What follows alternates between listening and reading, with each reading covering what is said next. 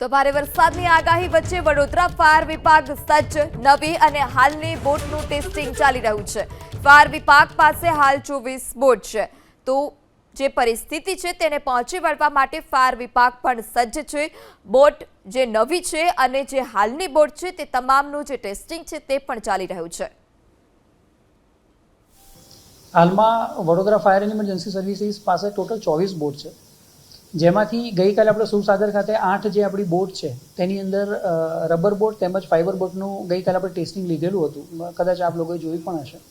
એ જ પ્રમાણે આવનારા દિવસમાં બાકીની આપણી જેટલી પણ બોટ છે તેનું પણ સુરસાગર તેમજ આજુબાજુમાં જ્યાં પાણીનો સ્ત્રોત આપણને મળી રહેશે, જેમ કે ત્યાં સિંધરોડ છે, મહીસાગરમાં પણ આપણે પ્લાનિંગ કરી રહ્યા છીએ। જો આપણને પ્રોપર ત્યાં જો લુકઆઉટ થઈ જશે તો બાકીની જે બોટ છે તેનું ટેસ્ટિંગ આપણે ત્યાં પણ લેવાના છીએ, જેનાથી જે વડોદરા ફાયર ઇમરજન્સી સર્વિસીસનો જે સ્ટાફ છે તે ઓલરેડી પૂરતી માત્રામાં છે, તેમાં ટ્રેન્ડ છે।